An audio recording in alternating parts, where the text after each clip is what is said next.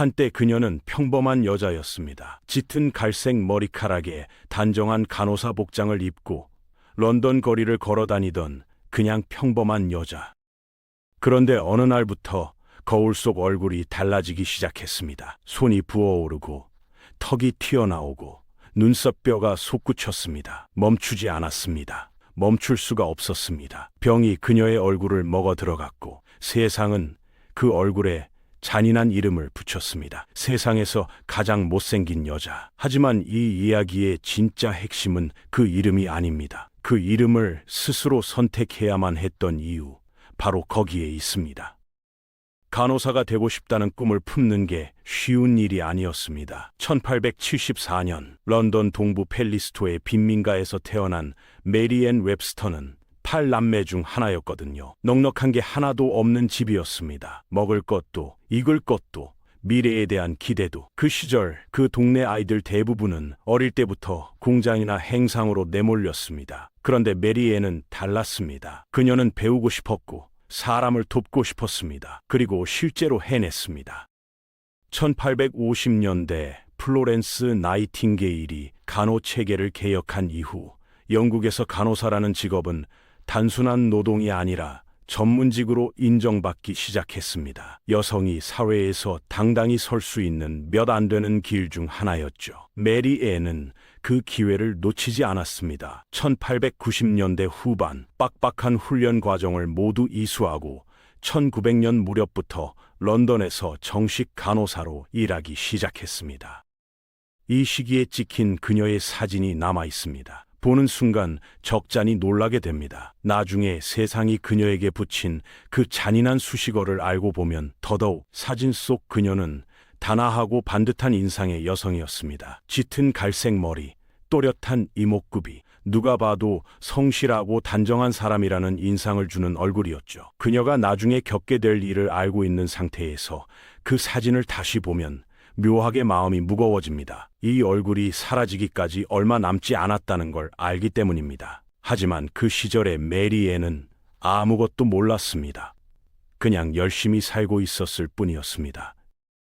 간호사로 바쁘게 일하던 메리 앤의 삶에 따뜻한 변화가 찾아온 건 1903년이었습니다. 상대는 런던에서 채소를 팔던 토머스 베번이라는 남자였습니다. 거창한 직업도 넘치는 재산도 없었지만 그는 메리 앤 곁에서 한결같이 성실한 사람이었습니다. 둘은 오랜 교제 끝에 결혼식을 올렸고 그녀는 메리 앤 베번이라는 새 이름을 갖게 되었습니다. 결혼 후 가정은 빠르게 불어났습니다. 1910년대 초반이 되자 슬하에 4명의 아이가 생겼습니다. 부자는 아니었지만 굶지는 않았습니다. 남편이 새벽부터 나가 장사를 하고 아내는 집을 지키며 아이들을 돌봤습니다. 런던 어딘가의 작은 집, 소박하지만 온기 있는 풍경이었죠. 그리고 그 온기는 1914년에 산산조각이 났습니다.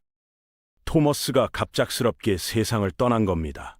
예고도 없었습니다. 나이도 많지 않았습니다. 그냥 어느 날 가장이 사라졌습니다. 메리 앤 앞에 남은 건 4명의 아이와 텅 빈 살림뿐이었습니다. 막내는 아직 갓난아기였습니다. 생각해보세요.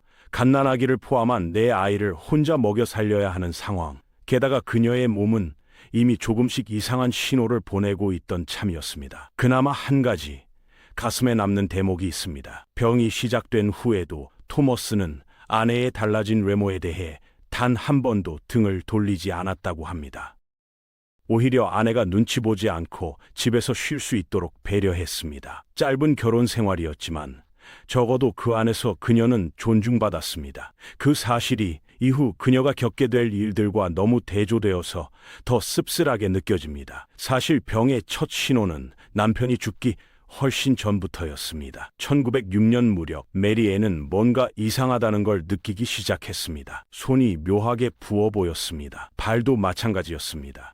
처음엔 그냥 피곤해서 그런가 보다 했을 겁니다. 간호사 출신이니 몸 상태에 민감했을 텐데도 이건 쉽게 설명이 안 되는 변화였습니다.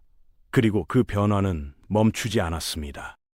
병명은 말단비대증, 영어로는 아크로메갈리라고 합니다. 생소하죠. 대부분의 사람들은 평생 이 단어를 들을 일이 없습니다. 그도 그럴 것이 인구 10만 명 중 겨우 6명꼴로 발생하는 극히 희귀한 병이거든요. 문제는 뇌 한가운데 자리 잡은 아주 작은 기관, 뇌하수체입니다. 여기서 성장 호르몬을 조절하는데 이 기관에 이상이 생기면 호르몬이 통제 불능 상태로 쏟아져 나오기 시작합니다. 어린아이에게 발병하면 키가 비정상적으로 커지는 거인증으로 나타납니다. 그런데 성인은 다릅니다.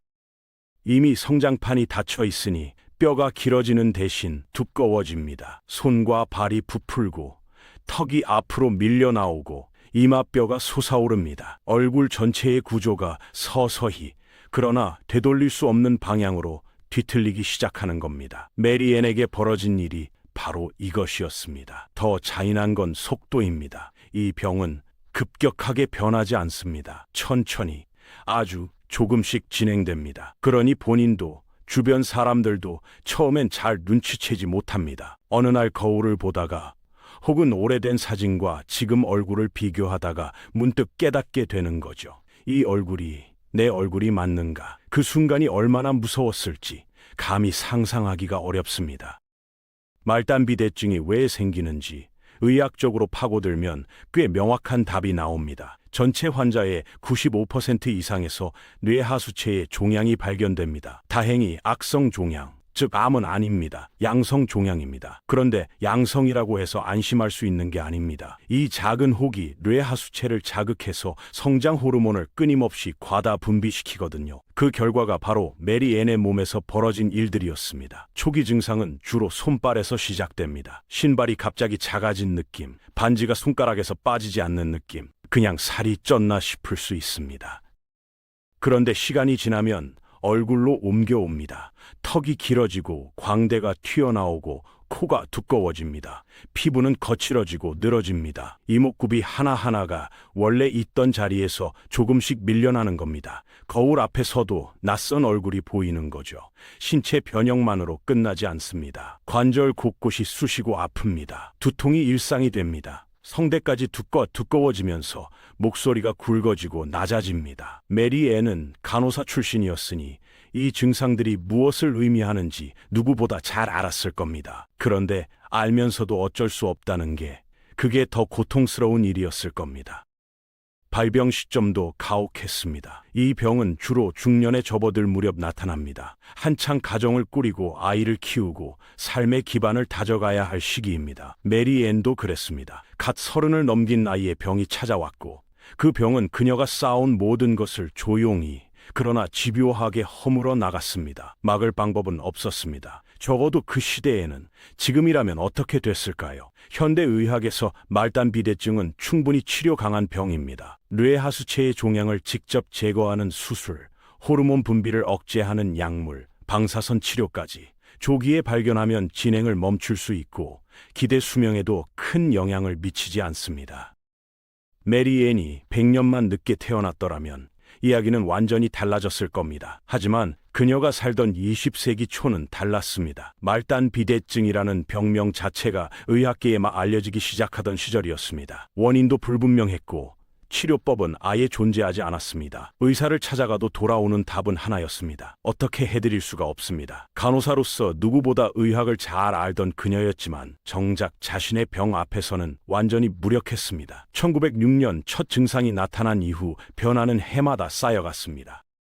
손발이 부풀고 얼굴 윤곽이 무너지고 피부가 늘어졌습니다. 그리고 결국 그녀는 간호사 일을 그만둬야 했습니다. 정확한 시점은 1900년대 후반에서 1910년대 초반 사이로 추정됩니다. 이유는 하나였습니다. 달라진 외모 때문에 환자들이 두려움을 느낀다는 것. 천직이라 여겼던 일을 병 때문에 빼앗긴 겁니다. 그나마 그 시기엔 남편 토머스가 있었습니다. 그는 아내가 외모 때문에 눈치 볼 필요 없이 집에서 쉴 수 있도록 배려했습니다. 생계는 자신이 책임지겠다고 했죠. 하지만 그 버팀목마저 1914년에 사라졌습니다. 남편도 없고 직업도 없고 치료법도 없는 상황. 내 아이는 여전히 배가 고팠습니다. 메리앤에게 남은 선택지는 점점 줄어들고 있었습니다.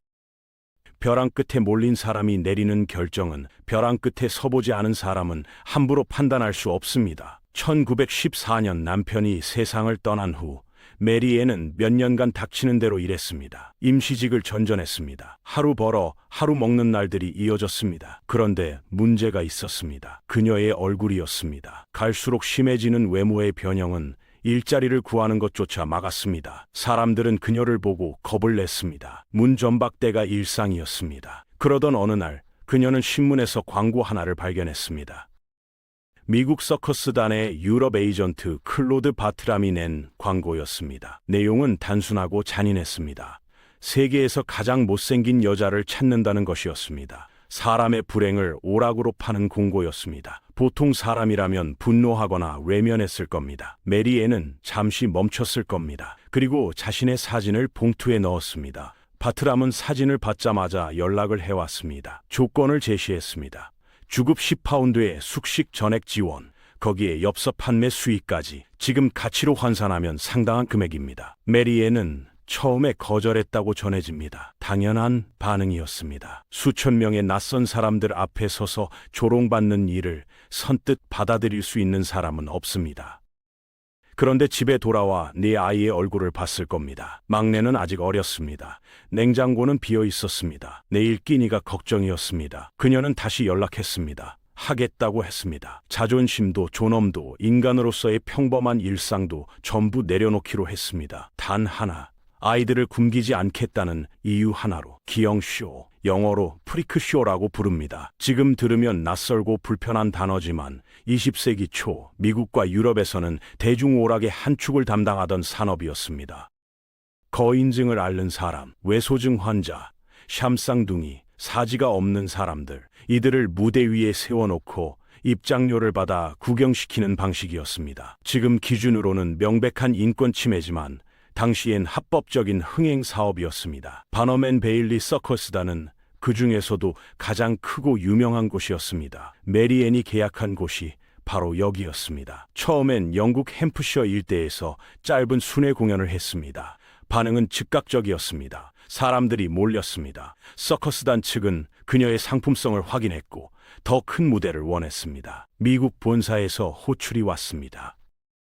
메리앤이 영국 사우샘프턴 항구를 떠나 미국으로 향한 건 1902년이었습니다. 낯선 나라, 뱃섯 언어, 낯선 군주. 게다가 도착해보니 상황이 바뀌어 있었습니다. 그녀가 계약했던 바너맨 베일리가 1919년에 링링 브라더스와 합병된 겁니다. 새로 탄생한 초대형 서커스단은 스스로를 지상 최대의 쇼라고 불렀습니다. 메리앤은 그 쇼의 간판 전시물이 되었습니다. 무대 위에서 그녀에게 주어진 의상은 더 모욕적이었습니다. 기획자들은 그녀의 외모를 최대한 기괴하게 보이도록 남성복이나 조악한 옷을 입혔습니다.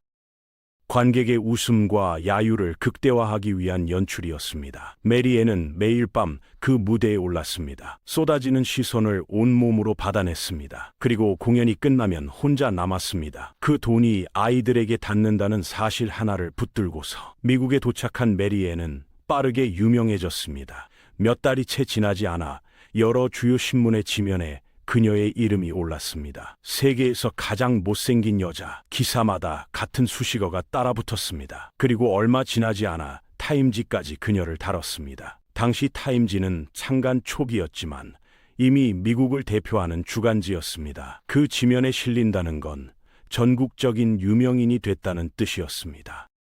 링링 브라더스 서커스단 입장에서 메리앤은 최고의 흥행 카드였습니다. 그녀가 무대에 오르는 날이면 관객이 몰렸습니다. 티켓이 팔렸습니다. 서커스단은 그녀를 앞세워 전국을 순회했고 갈 때마다 만원 사례였습니다. 그녀의 사진을 담은 엽서도 불티나게 팔렸습니다. 사람들은 그 엽서를 사서 지인에게 보냈습니다. 희귀한 구경거리를 봤다는 증거처럼. 무대 뒤의 현실은 달랐습니다. 매일 밤 수백 수천 명의 시선을 받아내는 일이 메리앤에게 어떤 감정을 남겼을지는 기록에 자세히 남아있지 않습니다. 하지만 짐작은 됩니다. 웃음소리, 손가락질, 수군거림, 그것들을 표정 하나 흐트러뜨리지 않고 견뎌야 했습니다. 공연이 끝나고 혼자 남는 시간, 그 고요함이 오히려 더 무거웠을 겁니다. 그래도 그녀는 무대를 떠나지 않았습니다. 이유는 단순했습니다. 돈이 됐기 때문입니다. 그리고 그 돈은 곧장 영국으로, 아이들에게로 흘러갔습니다. 관객들이 그녀를 보며 웃는 동안 그녀는 그 웃음값으로 아이들의 학비를 냈습니다. 세상이 그녀를 구경거리로 소비하는 동안 그녀는 세상이 알지 못하는 방식으로 어머니였습니다. 1923년까지 메리앤이 서커스 무대에서 번 돈은 총 2만 파운드에 달했습니다. 현재 가치로 환산하면 수억 원에 이르는 금액입니다. 그 돈이 어디로 갔는지는 명확합니다. 4명의 아이들이 뉴욕으로 건너왔고 명문 기숙학교에 입학했습니다. 메리앤 자신은 누리지 못했던 것들, 안정된 교육, 풍족한 환경, 미래에 대한 선택지, 그것들을 아이들에게 통째로 사줬습니다. 매일 밤 무대 위에서 야유를 받으면서 번 돈으로. 그러나 몸은 한계에 다가가고 있었습니다. 1927년 메리 앤은 미국의 저명한 신경외과 의사 하비 쿠싱을 찾아갔습니다. 쿠싱은 20세기 초 뇌수술 분야의 선구자로 당시 의학계에서 손꼽히는 권위자였습니다. 하지만 그의 입에서 나온 말은 희망이 아니었습니다. 이미 너무 늦었다는 것이었습니다. 병은 수십 년에 걸쳐 그녀의 몸속 깊은 곳까지 파고든 상태였고 되돌릴 수 있는 시점은 한참 전에 지나 있었습니다. 쿠싱은 진료 후 한 가지 행동을 더했습니다. 타임지에 항의 서한을 보낸 겁니다. 메리앤을 가십거리로 다룬 기사에 분노했습니다. 그는 서한에서 치명적인 질병을 앓고 있는 환자의 고통을 오락으로 소비하는 언론의 태도를 강하게 비판했습니다. 의사로서 환자의 존엄을 대신 지켜주려 한 겁니다. 정작 세상은 그녀를 구경거리로만 봤는데 딱 한 사람이 다르게 봤습니다. 메리앤 본인은 그 서한에 대해 어떤 감정을 느꼈을까요? 고마웠을까요? 아니면 이미 너무 지쳐서 감각조차 무뎌졌을까요? 기록은 없습니다. 다만 그 시점 이후로 그녀의 건강은 빠르게 나빠졌습니다. 무대는 점점 멀어졌고 남은 시간이 얼마 없다는 걸 그녀 자신도 알고 있었을 겁니다. 말단 비대증은 현대의학으로 치료하면 수명에 큰 영향을 미치지 않습니다. 하지만 20세기 초에는 달랐습니다. 적절한 치료를 받지 못한 환자는 평균 10년에서 15년가량 수명이 단축됐습니다. 합병증이 문제였습니다. 심장이 비대해지고 당뇨가 찾아오고 각종 장기가 과부하를 견디지 못했습니다. 메리앤의 몸도 수십 년에 걸친 병마와 극심한 심리적 고통, 거기에 알코올 의존증까지 더해지며 서서히 무너져 갔습니다. 알코올에 기댔다는 사실은 그녀가 얼마나 힘들었는지를 보여줍니다. 매일 밤 무대 위에서 받아내야 했던 조롱, 질병이 주는 육체적 고통, 타국에서 혼자 버텨야 했던 외로움, 그것들을 견디기 위해 그녀가 찾은 출구가 술이었습니다. 그리고 그 술이 역설적으로 그녀의 죽음을 앞당겼습니다. 1933년 12월 26일 메리앤 베번은 세상을 떠났습니다. 쇠십 제호번째 생일을 맞은 지 불과 며칠 뒤였습니다. 내 자녀는 어머니의 마지막 유언을 지켰습니다. 고향 땅에 묻히고 싶다는 말이었습니다. 그들은 유해를 영국으로 운구해 런던 남동부의 묘지에 안장했습니다. 낯선 미국 땅에서 수년을 버텼던 그녀가 마지막엔 고향으로 돌아갔습니다. 그리고 2006년 그녀가 세상을 떠난 지 70년도 더 지난 시점에 충격적인 일이 벌어졌습니다. 미국의 카드 제조사 홀마크가 그녀의 사진을 블라인드 데이트 콘셉트의 생일 카드에 사용한 겁니다. 조롱의 소재로 쓴 겁니다. 런던에서 이 카드를 발견한 네덜란드의 내분비학자 우터 데 헤르더 박사가 강력히 항의했고 결국 생산이 중단됐습니다. 죽어서도 소비당할 뻔했던 그녀를 이번엔 한 의사가 지켜냈습니다. 메리앤 베번의 이야기를 한 문장으로 요약하면 이렇습니다. 세상이 그녀에게 준 것은 몇십뿐이었지만 그녀가 세상에 남긴 것은 내 아이의 미래였습니다. 병이 그녀의 얼굴을 앗아갔고 가난이 그녀의 종엄을 시험했고 세상은 그녀를 구경거리로 소비했습니다. 그럼에도 그녀는 무너지지 않았습니다. 아이들이 있었기 때문입니다. 우리는 종종 누군가의 외모를 보고 그 사람의 전부를 판단합니다. 그게 얼마나 얕은 시선인지 메리앤의 삶이 조용히 증명하고 있습니다. 그녀의 얼굴 뒤에는 간호사였던 여자가 있었고 남편을 사랑했던 아내가 있었고 자식을 위해 모든 것을 내던진 어머니가 있었습니다. 그 어떤 수식어보다 그 사실이 그녀의 진짜 이름이었습니다. 오늘 이 이야기를 꺼낸 건 단순히 과거의 비극을 되새기기 위해서가 아닙니다. 지금 이 순간에도 세상은 여전히 누군가를 외모로, 장애로, 가난으로 줄 세우고 있기 때문입니다. 메리앤 베버는 그 잔인한 시선을 온몸으로 받아내며 살았습니다. 그리고 끝내 이겼습니다. 자기 방식으로. 여기까지 오늘 준비한 영상은 끝났습니다. 다음 시간에 다른 영상으로 찾아뵙겠습니다. 감사합니다.